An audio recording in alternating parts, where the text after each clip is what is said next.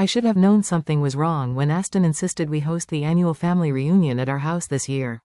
He never cared for these gatherings before, always finding excuses to work late or schedule business trips that conveniently coincided with family events. But there he was, arranging the catering and even picking out the tablecloth. My name is Sophia, and this is the story of how my husband's betrayal became his ultimate downfall. The day started perfectly, almost too perfectly. Sunshine streamed through our floor-to-ceiling windows, highlighting the elaborate spread of food on our dining room table. Family members trickled in, bearing dishes and warm hugs. My sister Addison arrived early to help, eyeing Aston suspiciously as he flitted around the house with uncharacteristic enthusiasm. "Something's off with him," she whispered, helping me arrange wineglasses. "He's never this involved." I nodded, my stomach churning. I know. The first sign of trouble came when my cousin Annalise arrived. She wore a red dress that seemed inappropriate for a family lunch. Her smile a touch too bright as she air-kissed my cheeks. "Sophia, darling, the house looks amazing as always," she gushed, but her eyes were already scanning the room for someone else. I watched as Ashton's face lit up when he saw her. A micro-expression that would have been imperceptible to anyone who hadn't spent 10 years memorizing every detail of their spouse's face. My father, Leonardo, was in the middle of his usual speech about family values when Aston clinked his glass, standing up with that smug smile I'd grown to hate over the past few months. "I have an announcement to make," he said, his voice carrying across our suddenly silent dining room. 20 pairs of eyes turned to him, including mine. "I believe in honesty, and it's time for me to be honest with everyone here." My hands grew cold around my wine glass. I knew what was coming, had known it was coming for months. But that didn't make it any easier. "Annalise and I are in love," he declared, reaching for her hand across the table. "We've been seeing each other for the past year, and we've decided to be together openly. Sophia and I are getting divorced." The silence that followed was deafening. I could feel everyone's eyes shift from Aston to me, waiting for the breakdown, the screaming, the tears. My mother Valentina half rose from her chair, ready to comfort me. Instead, I took a slow sip of my wine and set the glass down carefully. "Is that all?" I asked, my voice steady. Ashton's triumphant smile faltered. This wasn't the reaction he'd expected. "Sophia?" he started, his tone condescending. "I know this must be shocking." "Not really," I interrupted, standing up. "Though I am curious about one thing, Annalise. Did he promise you a share in the business? Because that might be a bit complicated now." Annalise's perfectly manicured hand tightened around Ashton's. "What do you mean?" I smiled, reaching for my phone. "Oh, you'll find out soon enough. But please, don't let me stop you two from celebrating your grand announcement. I'm sure you have plans." "Sophia," my father started, his face red with anger. But I held up my hand. "It's fine, Dad, really." I turned to address the stunned room. I apologized to everyone for this unexpected entertainment. "Please, enjoy the food. I need some air." As I walked out onto our terrace, I heard chairs scraping and voices rising. Addison followed me out, wrapping an arm around my shoulders. "You knew," she said, "it wasn't a question." "For months," I confirmed, pulling out my phone and sending a quick text to Jesse, my lawyer. "And I've been preparing." "Preparing for what?" she asked, just as my phone buzzed with Jess's response. I showed her the message. "All documents are ready. Operation Karma is go." Sophia Addison breathed. "What have you done?" I could hear Aston inside, his voice raised as he tried to maintain control of the situation that was rapidly spiraling away from his carefully orchestrated plan. Through the window, I watched as Annalise touched his arm possessively, already marking her territory. "What have I done?" I echoed, a smile playing at my lips. "I've simply made sure that Karma has an excellent lawyer, big sister. And trust me, she's about to be one hell of a bitch." The look of confusion on Addison's face slowly transformed into understanding, then admiration. Behind us, the family chaos continued to unfold. But for the first time in months, I felt perfectly calm. Aston thought he was destroying my world today. He had no idea he just walked right into mine. The morning after the reunion disaster, I sat in Jess's office, watching him sort through the stack of documents I'd been collecting for months. My friend, Shanice, perched on the leather armchair beside me, scrolling through messages from family members, still reeling from yesterday's events. 37 texts asking if you're okay, Shanice announced, shaking her head. And one very nasty one from Annalise calling you an ice queen. "Should I respond to any of these?" "No need," I replied, focusing on Jesse as he pulled out a particular file. "Let them talk." Jesse adjusted his glasses, spreading papers across his mahogany desk. "Everything's in order, Sophia. The timing couldn't be better, actually. Aston signed the last transfer documents 3 days ago, thinking they were routine business paperwork." "Show me again," I said, leaning forward. He pointed to Ashton's signature, bold and careless at the bottom of each page. These give you controlling interest in all 3 subsidiaries. He was so busy planning his grand announcement that he didn't even read what he was signing. The memory of how I discovered the affair flooded back. 6 months ago, I'd noticed Ashton's sudden interest in his phone, the way he'd angle it away from me while texting. One night, he'd left his laptop open and a message from Annalise popped up. Can't wait until she's out of the picture. Everything will be ours. Sophia. Shanice's voice pulled me back to the present. You okay? I'm fine, I said, straightening my spine. Just remembering the day I decided enough was enough. Jessie gathered the papers into a neat pile. Well, your preparation paid off. The business is essentially yours now. Ashton's shares in the main company are worth practically nothing without controlling interest in the subsidiaries. My phone buzzed. Addison calling. I put her on speaker. Sis, you need to hear this, she said, her voice urgent. Aston just tried to access the corporate accounts. He's at the bank right now, throwing a fit because his codes don't work anymore. I checked my watch, right on schedule. Did he try calling the IT department? Oh yes, Addison laughed. They told him they could only take instructions from the majority shareholder. You. Shanice clapped her hands in delight. Oh, this is better than those revenge movies I love. It gets better. Addison continued. Annalise's with him, and apparently she's not taking the news well. Something about promises he made about their future? Jessie held up another document. Speaking of futures, we should discuss the prenup he insisted on. The irony is beautiful. His own prenup protects your personal assets completely. He can't touch anything you've acquired independently during the marriage, including the businesses I've quietly taken control of. I finished, allowing myself a small smile. The office door opened, and Jess's assistant poked her head in. Mr. Aston is on line 1. He sounds upset. Jessie looked at me questioningly. I nodded. He pressed the speaker button. Ashton's voice filled the room, tight with barely controlled rage. Jessie, what the hell is going on? I need access to the accounts restored immediately. I'm afraid I can't help you with that, Aston. Jessie replied calmly. I represent the majority shareholders' interests now. What are you talking about? I own those companies. Actually, I spoke up. You don't, not anymore. There was a moment of stunned silence. Sophia, you're there? What have you done? Nothing you wouldn't have done, I said, keeping my voice level. Just protecting my interests. You taught me that, remember? Always be one step ahead in business? This is ridiculous, he sputtered. I'll fight this with what money? I interrupted. The personal accounts are frozen pending our divorce settlement, and the business accounts? Well, you know how that's going. Annalise's voice came through in the background, shrill with panic. You said everything was taken care of. You promised me. I'll call you back. Aston snapped, and the line went dead. Shanice slow clapped. That was magnificent. It's not over, Jessie warned. He'll try to fight this. Let him, I said, standing up. Everything was done legally. He signed every document voluntarily. His ego made him careless. He never thought I'd be capable of outmaneuvering him. My phone buzzed again, a text from my mother. Your father's furious about the scandal, but I'm proud of you. Come to dinner tonight? Going to face the family? Addison asked, still on speaker. I gathered my purse, feeling lighter than I had in months. Yes, it's time they understood that the quiet, agreeable Sophia they knew is gone. Sometimes karma needs a little help, and I'm more than happy to be her assistant. As I left Jess's office, I could almost hear the sound of Ashton's carefully constructed world crumbling around him. It was music to my ears. My mother's house smelled like garlic and childhood memories as I walked through the front door. She was stress cooking again, a trait I'd inherited from her. The kitchen counter was already crowded with 3 different pasta dishes. Mama, I called out. Are you feeding an army? She turned wooden spoon in hand, marinara sauce dotting her apron. Sophia, come taste this sauce. Does it need more basil? Before I could answer, my father's voice boomed from his study. Is that her? Sophia, in here, now. Here we go, I muttered, squeezing my mother's hand as I passed. Dad sat behind his massive desk, looking every bit the traditional patriarch he'd always been. Close the door, he commanded. I did, then took a seat across from him, smoothing my skirt with steady hands. What you're doing, he began. It's not right, taking a man's business from him, taking what's rightfully mine. I corrected. There's a difference. He slammed his hand on the desk. It's vindictive. This isn't how we handle family matters. Family matters? I laughed. The sounds sharp and bitter. Like how Aston and Annalise handled things by humiliating me in front of everyone. That's different. Why? Because he's a man? Because he's supposed to be allowed to do whatever he wants while I just smile and take it?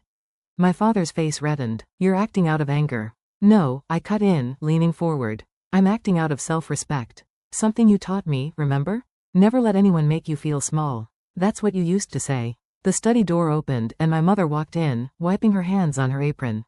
Leonardo, enough. Our daughter is right. Valentina, no, you listen to me. She interrupted, moving to stand behind my chair. For 10 years, we watched Aston treat our daughter like a trophy, making her doubt herself, diminishing her achievements.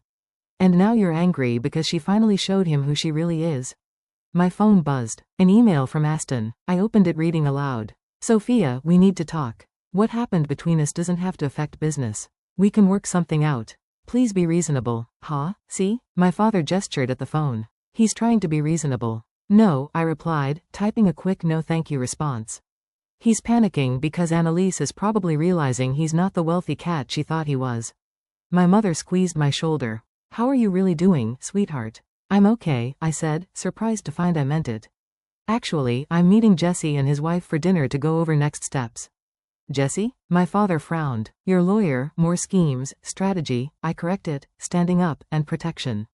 Ashton's not going to take this lying down. As if on cue, my phone rang. Addison says, she said when I answered heads up.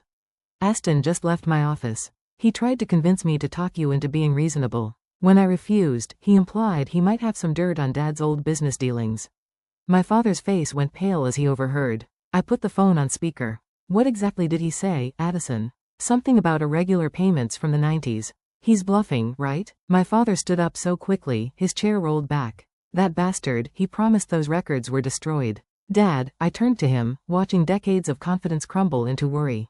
My mother's hand flew to her mouth. Leonardo, what records? He sank back into his chair, suddenly looking every bit his age. It was a different time. Business was done differently then. I held up my hand, speaking into the phone. Addison, I'll call you back. Ending the call, I faced my father. Tell me everything, now. 20 minutes later, I was back in my car, hands shaking as I dialed Jess's number. Cancel dinner plans, we need to meet now. Ashton's playing dirtier than we expected. What's wrong? Jesse asked. He's going after my father, old business dealings that could cause problems, big problems. On my way to the office, bring your father's records, everything you can find. I started the car, my mind racing. Aston wasn't just trying to save himself anymore. He was willing to destroy my entire family to do it. The game had changed, but he'd forgotten one crucial detail. I wasn't the same woman who'd silently endured his betrayals. My phone lit up with a text from my mother. Do what you need to do, protect our family. I love you. I took a deep breath, shifted into drive, and headed toward Jess's office. Aston wanted to play hardball? Fine. He was about to learn that karma wasn't his only problem. He had made an enemy of a woman with nothing left to lose. Jess's office was dark except for his desk lamp when I arrived with my father's old files. Shanice had joined him, laptop open, fingers flying across the keyboard. I've been digging, she announced without looking up. You're not going to believe what I found about Annalise. Later, I said, dropping the files on Jess's desk. We need to handle this first. Jesse opened the first folder, scanning documents yellowed with age. His expression grew increasingly grave. This is serious, Sophia. These payment records, if they got out. My father would be ruined, I finished. I know, Shanice finally looked up from her screen. But how did Aston even know about these? A memory hit me like a thunderbolt. The fishing trips. Every summer he'd go fishing with my father. They'd drink, talk business. I grabbed my phone dialing Addison. What's up? She answered immediately. Those fishing trips Aston took with Dad. Were you ever there when they came back? Sometimes, they'd be drunk, laughing about the good old days. Oh God, Dad talked, didn't he? Bingo, I said, hanging up. Jesse was already organizing the documents into piles. Okay, we need to. His office door burst open. Annalise stood there, mascara streaked down her face. You bitch, she spat at me. You've ruined everything. Shanice stood up, moving between us. But I waved her off. Please enlighten me about how I ruined your perfect plan to steal my husband and my money. He was never supposed to be poor, she shrieked. This isn't what we planned. I leaned forward. Annalise's face went white. She stumbled backward, but Shanice was faster, closing the door behind her. Sit down, I commanded. Tell me everything. I don't have to, actually, Jesse interrupted. You do, because right now you're an accomplice in attempted corporate theft. So sit down. She collapsed into a chair, her designer dress wrinkled, her perfect image cracking. It wasn't my idea. Start talking, I said. Marcus started it, she whispered. Marcus, the name hit me like a slap. Your ex-husband? She nodded miserably. He knew about Ashton's gambling debts. Said if I could get Aston to leave you, to transfer the business assets before the divorce. The gambling debts? Jesse asked sharply. Underground poker games, high stakes. He owes a lot. My phone buzzed, a text from Aston. Last chance, meet me tomorrow at noon. The cafe where we had our first date. Or Daddy's secrets go public. I showed the message to Jessie, who smiled for the first time that night. Perfect, he's desperate. Shanice turned her laptop around. Speaking of desperate, look what I found. Emails between Marcus and Annalise, planning everything. Including how to blackmail your father if things went wrong. Annalise burst into tears. I'm sorry. Marcus threatened to reveal my own secrets if I didn't help. I never wanted to save it. I cut her off. Here's what's going to happen. You're going to tell me everything about these poker games. Names, dates, amounts, everything. I can't. These people are dangerous. More dangerous than me? I asked quietly. Because right now, I'm the only thing standing between you and fraud charges. She stared at me for a long moment, then reached for her phone with trembling hands. I have pictures from when I followed him one night. The location, the people there. Jessie examined the photos. This is perfect. These games are illegal. If the authorities were to receive an anonymous tip, Aston would be ruined. Shanice finished. No, I said, standing up. First, we meet him tomorrow. Let him think he's winning. Then we destroy him completely. What about me? Annalise asked in a small voice. I looked at my cousin, this woman who tried to take everything from me, now broken and afraid. You're going to help us. Consider it your redemption arc. And Marcus? Oh, I smiled. He'll get exactly what he deserves. Jessie, draft up immunity paperwork for Annalise. Shanice, get those emails ready. Tomorrow at noon, we're having a very interesting coffee date. As Annalise signed the papers, Jessie quickly prepared. My phone lit up with another message, this time from my mother. Remember what I taught you about forgiveness? I typed back, yes, but first, justice. Looking at the tear-stained face of my cousin. The determined expressions of my friends and the damning evidence spread across Jess's desk. I felt a calm certainty settle over me. Tomorrow, Aston would learn that karma wasn't just a bitch. She was a carefully orchestrated symphony of consequences. And I was conducting every note. The cafe looked exactly the same as it had 12 years ago when Aston first asked me out. The same vintage posters on exposed brick walls, the same mismatched chairs, the same rich coffee aroma. But I was different. I chose a corner table with a clear view of both exits. Shanice sat at the counter, pretending to work on her laptop. Jessie and Addison waited in a car across the street. Everything was in place. Aston walked in at exactly noon, wearing his favorite power suit, the one he wore when he wanted to intimidate people. He slid into the chair across from me, that familiar smug smile playing on his lips. You're looking well, he said, as if we were meeting for a casual catch-up. Cut the small talk, I replied. You threatened my father. He leaned back, adjusting his gold cuff links. A gift from my father last Christmas. Business is business, darling. You forced my hand, like you forced Annalise's hand? His smile faltered for a split second. What are you talking about? I pulled out my phone, playing a recording. Annalise's voice, tearful but clear, detailing the scheme with Marcus, the gambling debts, everything. The color drained from his face. You're bluffing, am I? I slid an envelope across the table. These are copies of your IOUs from the poker games. Quite a sum you've racked up. I wonder what the gaming commission would think. You wouldn't dare, he hissed.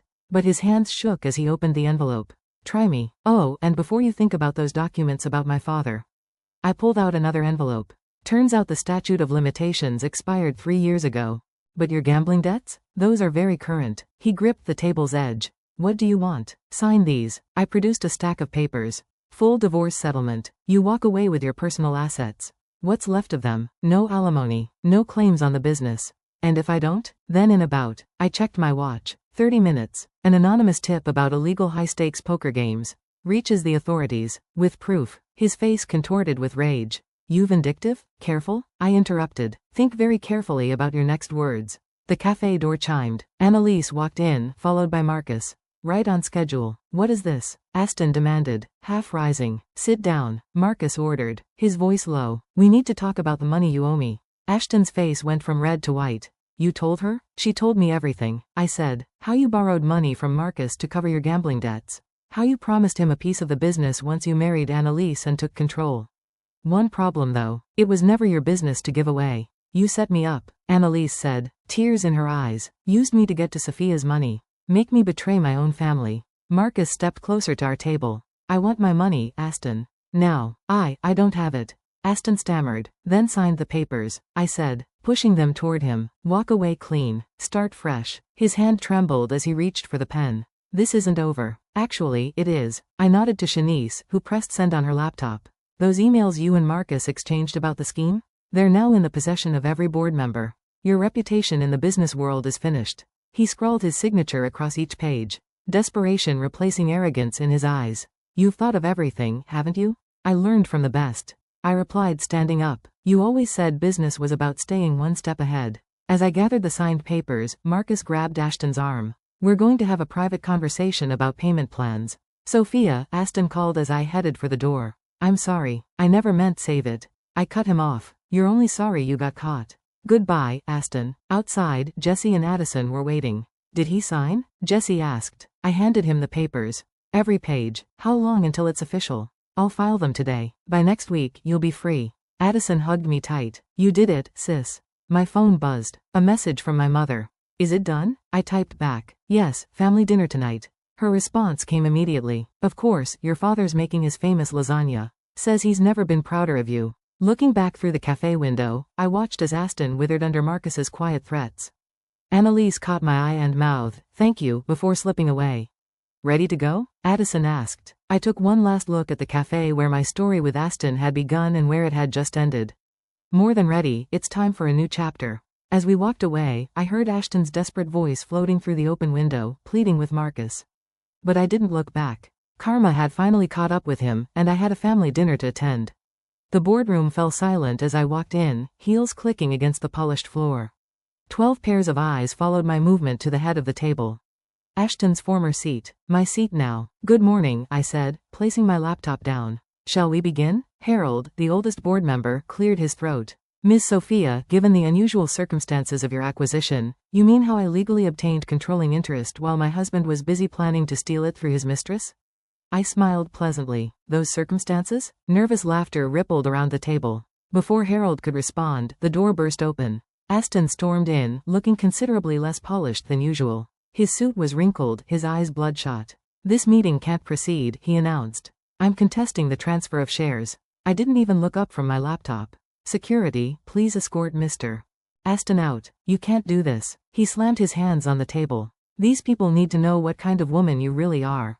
Now I did look up. You mean the kind who caught her husband trying to embezzle company funds to pay off illegal gambling debts? The room went deadly quiet. Ashton's face turned purple. That's right, I continued, pulling up documents on the projector screen. Let me show everyone exactly what kind of person I am, and more importantly, what kind of person you are. Spreadsheets filled the screen, detailed records of Ashton's underground poker losses, followed by suspicious transfers from company accounts. I've already reported these discrepancies to the proper authorities, I announced. The company will cooperate fully with their investigation. You're lying, Ashton sputtered, but his eyes told a different story. The boardroom door opened again. This time, 2 security guards entered, followed by Jesse and, to everyone's surprise, Annalise. Actually, Annalise said, her voice shaking slightly. She's not. I've already given my statement to the investigators about everything, the gambling, the theft, the plan to take over the company. Ashton lunged toward her. You treacherous, the security guards caught him before he could reach her. As they dragged him toward the door, he shouted, your father's no better. Tell them about his dirty dealings. My father, I said calmly, has already disclosed his past irregularities to the board's ethics committee. Unlike you, he's taken responsibility for his actions. Harold stood up. I moved to formally recognize Sophia as CEO and chairperson, effective immediately. Seconded, called out Maria, the youngest board member. I've seen enough. The vote was unanimous. As the security guards finally managed to remove Ashton, his threats echoing down the hallway, I pulled up the next item on our agenda. Now, I said, let's discuss the company's future. 2 hours later, I stood in my new office, Ashton's old office, staring out at the city skyline. Jesse entered with a stack of papers. The authorities want to interview you tomorrow about Ashton's financial activities, he said, and Marcus has apparently skipped town. Good, I replied, one less problem to deal with. My phone rang. Addison. Sis, you need to turn on the news, right now. I grabbed the remote, switching on the office TV. There was Ashton being led out of his favorite underground poker club in handcuffs, along with several other players and the club owner. Anonymous tip, Jesse said with a small smile. Imagine that. Shanice burst into the office, waving her phone. Have you seen? It's everywhere. Social media is blowing up. How's Annalise holding up? I asked. Better, Shanice replied. She's in therapy, says she wants to make amends. The office door opened again. My parents this time. My father looked at the TV, then at me. I was wrong, he said simply. You handled this exactly right. My mother squeezed his hand. We both underestimate it, you sweetheart. It won't happen again. Another news alert flashed across the screen. Local business tycoon arrested for fraud and illegal gambling. More arrests expected. You know, Jessie said, for someone who just took down her cheating husband, exposed a criminal gambling ring, and became CEO of a major company, you seem remarkably calm. I turned away from the TV, facing my family and friends, the people who had stood by me through everything. That's because for the first time in years, I feel completely in control. I said, no more pretending, no more compromising who I am. My phone buzzed with a text from Annalise. Thank you for giving me a second chance. I won't waste it, looking around at my supporters, at the empire I'd protected, at the future I'd secured. I finally allowed myself to feel the full weight of my victory. Karma hadn't just helped me survive. She'd helped me thrive. And this was just the beginning. The courthouse steps were crowded with reporters when I arrived for Ashton's arraignment. 3 months had passed since his arrest, and the media circus hadn't died down. Ms. Sophia, any comment on your ex-husband's plea deal? How does it feel to be the youngest female CEO in the industry? I walked past them, Addison and Jessie flanking me like bodyguards. Inside, the marble halls echoed with whispers as we made our way to courtroom 3. You don't have to be here, Addison whispered. The prosecutor can handle this. I want to see his face, I replied. I need to. The courtroom doors opened, and there he was, Aston, in an orange jumpsuit, hands cuffed. Gone was the designer suit, the arrogant smile, the perfectly styled hair. He looked small. All rise, the bailiff called out. As the judge entered, I caught movement in my peripheral vision. Annalise slipped into the back row, wearing dark sunglasses despite being indoors. Our eyes met briefly, and she gave a slight nod. In the matter of the state versus Aston, the judge began. The proceedings moved quickly. The prosecutor outlined the charges: fraud, embezzlement, participation in illegal gambling operations. Ashton's lawyer, a far cry from the prestigious firm he once used, looked defeated before he even spoke. Your Honor, my client wishes to change his plea to guilty on all counts. A murmur rippled through the courtroom. Ashton's shoulders slumped. Very well, the judge said. Mr. Aston, please rise. As Aston stood, he turned slightly, his eyes finding mine. For a moment, I saw a flicker of the man I'd married, but it vanished as quickly as it appeared. Before I accept your plea, the judge continued. Do you wish to make a statement? Aston cleared his throat. I'd like to address my ex-wife. The judge nodded. I sat straighter as Aston faced me fully. Sophia, his voice cracked. You were right, about everything. I thought I was smarter than everyone else. I thought I could take whatever I wanted. But you beat me at my own game. And the worst part is, you did it legally, perfectly. Everything I taught you about business, you used against me. Is there a point to this? The judge asked. Yes, Your Honor, I'm trying to say. I'm sorry, not just for the crimes, but for underestimating you. For betraying you. For thinking you were just a trophy wife who wouldn't fight back. The prosecutor stood. Your Honor, while this is touching, we have a plea agreement to discuss. Indeed, the judge said. Mr. Aston, this court accepts your guilty plea. Based on the agreement reached with the prosecution, you are hereby sentenced to 5 years in federal prison with an additional 3 years of supervised release. As the judge continued listing the terms, including restitution payments, my phone buzzed. A message from Marcus's former poker dealer. Boss, you were right. Found the offshore accounts. Sending details now. I forwarded it to Jessie without looking at him. We'd discuss it later. The bang of the gavel brought my attention back to the proceedings. As the bailiff led Aston away, he tried one last time to catch my eye. I stared straight ahead. Outside, the reporters were waiting. This time, I stopped. Ms. Sophia, your response to your ex-husband's courtroom apology? I adjusted my blazer. Actions have consequences. Mr. Ashton's actions destroyed our marriage, nearly destroyed our company, and ultimately destroyed his life. Let that be a lesson to anyone who thinks they can take advantage of others without repercussions. Back at the office, I found my parents waiting in my executive suite. My father held up a bottle of champagne. The board meeting went well. I asked, though I already knew the answer. Unanimous approval of your 5-year plan. He beamed. And the stock price is up 12% since the announcement of Ashton's plea deal. My mother poured the champagne. To karma, she said, raising her glass. To justice, my father added. To both, I said, clinking glasses with them. My phone buzzed again. Annalise, thank you for not mentioning my involvement in court. I start my new job next week. Clean slate. I typed back. Make it count. Looking out my office window at the city skyline, I watched the sun setting on one chapter of my life and rising on another.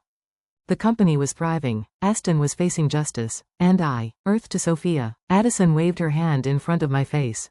Where'd you go just now? I smiled, turning back to my family. Just thinking about tomorrow, we have work to do. Because that's the thing about karma. She doesn't just deliver justice. Sometimes she delivers opportunities, and I was ready to seize every single one. The autumn breeze carried the scent of coffee and fresh pastries. As I unlocked the door to my old cafe, our old cafe. The realtor had called yesterday with the news. The owners were selling, and I'd made the highest bid. It's perfect, Shanice said, running her hand along the exposed brick wall. But why this place? Because, I smiled. Sometimes the best revenge is living well. The vintage posters were faded. The mismatched chairs needed reupholstering. But the bones were good. Just like mine had been. After Ashton's betrayal, my phone buzzed. A text from Jesse. Mark is found in Bali, local authorities picking him up now. Good news, Shanice asked, noting my expression. The best kind. Justice keeps rolling in. The bell above the door chimed. Annalise walked in, looking different in jeans and a simple sweater. More like the cousin I remembered from childhood. When you asked me to meet you here, she said, glancing around.